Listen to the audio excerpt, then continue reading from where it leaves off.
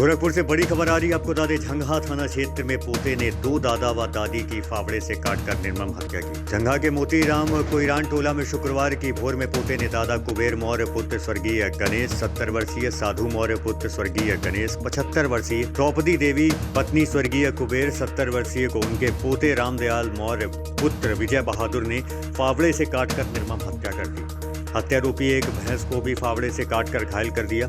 हत्यारोपी रामदयाल मौर्य को मानसिक रूप से विक्षिप्त बताया गया है। पुलिस ने आरोपी को गिरफ्तार कर लिया है। घटना सुबह वही कि अपने दादा दादी और दादा के भाई को, मतलब अपने बाबा को, बाबा के बड़े भाई को, अपनी दादी को कुदाल से काटा है।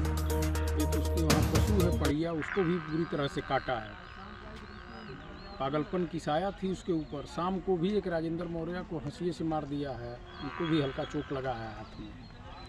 तो परिवार के लोग इस तरह की पागल की दवा हो रही थी क्या? अब 2-3 पीढ़ी से इस तरह का चला आ रहा है। परिवार में लगभग सभी व्यक्ति थोड़ा बहुत पागलपन का शिकार हुए हैं, कोई कम कोई ज़्यादा। इसके परिवार में जो भी हम लोग देखे हैं, जो लोग भी पैदा हुए हैं, जो लोग भी बड़े बुजुर्ग रहे हैं, सब लोगों को थोड़ी थोड़ी पागलपन की साया रही है। अच्छा होते रहे, यही है कि ये सब 2-1 आदमी ऐसे पागलपन हुए जो ज़्यादा उदंड थे। अब ये 2-3 दिन से इस तरह से खुराफात कर रहा था। खुराफात करने में सुबह इस तरह का वही वो पड़िया को काट रहा था कुदाल से।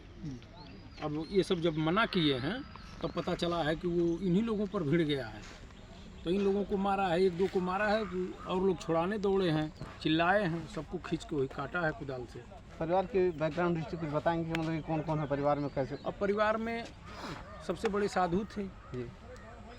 उनके छोटे भाई कुबेर थे, तो साधु अनमैरिड थे, उनकी शादी नहीं हुई थी।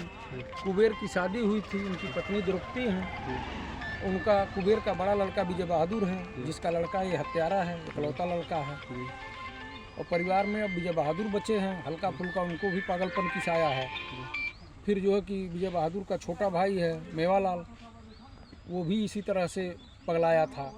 2-1 लोगों को मारा, कुछ छूट-फूट घटना किया, तो उसमें जेल गया था। 10-12 साल बाद छूटा था, तो अब ठीक था, मेहनत मजदूरी करके अपना खाता घूमता था। अब इसके उदंडई से शाम से ही जो है कि मेवालाल और विजय बहादुर कहीं इधर उधर हो गए थे।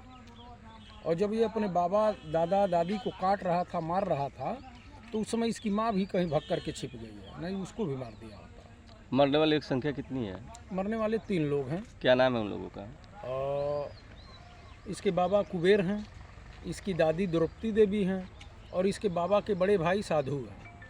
3 लोग हैं।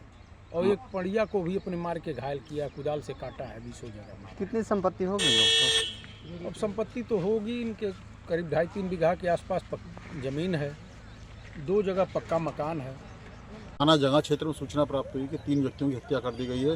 सूचना पर थाना प्रभारी झंगा, मैं और क्षेत्र अधिकारी मौके पर आए तो पाया कि सगे नाती द्वारा अपने दादी, बाबा और बाबा के सगे भाई की हत्या कर दी गई है। ये हत्या फावड़े से काट कर की गई है। अभियुक्त को गिरफ्तार कर लिया गया है और उसके कब्जे से आला कत्ल यानी फावड़ा भी बरामद कर लिया है।